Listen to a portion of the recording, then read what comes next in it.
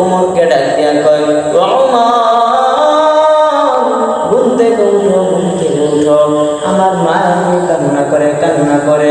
উমর আলীকে ডাক দিয়া কয়, ও আলী, ঘুম থেকে উঠো, ঘুম থেকে উঠো, আমার মা কান্না করে।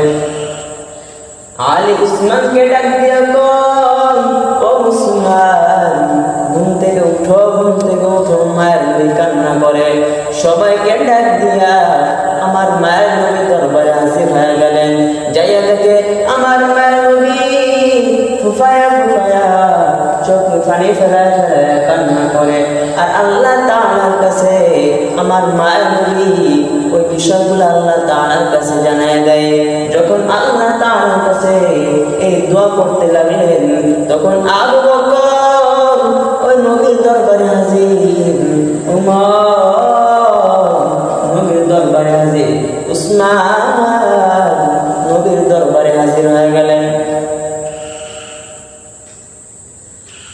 আবু বকর নবীকে জানিয়ে দিলেন, ও নবী আমার, আপনার কান্না আমি সইতে পারি না, আমি শুনতে পারি না, কারণ আমি আপনার কাছ থেকে কালিমা লা ইলাহা ইল্লাল্লাহ মুহাম্মাদুর রাসূলুল্লাহ প্রথম কালিমা আমি আপনার কাছে ইসলাম গ্রহণ করছি গো নবী। আপনার কান্না আমি শুনতে পারি না, শুনতে পারি না। ওমর নবীকে ডাক দিয়া কয়, ও নবী আমার, আপনার কাছ থেকে আমি একটা কথা বলতে চাই।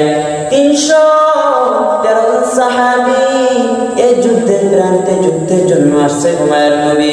এই 313 জন সাহাবী এর ভিতরে যদি 311 জন সাহাবী যদি শহীদ হয়ে যায়, শহীদরা কিন্তু মরে না, তারা কিন্তু জীবিত থাকে। এই জন্য মা নবীকে আবার বললেন 313 জন সাহাবী, এর ভিতর যদি 313 জন সাহাবীর মধ্যে 311 জন সাহাবী যদি দুনিয়া থেকে বিদায় নিয়ে শহীদ হয়ে যায়, তবুও 2 জন বেঁচে থাকে।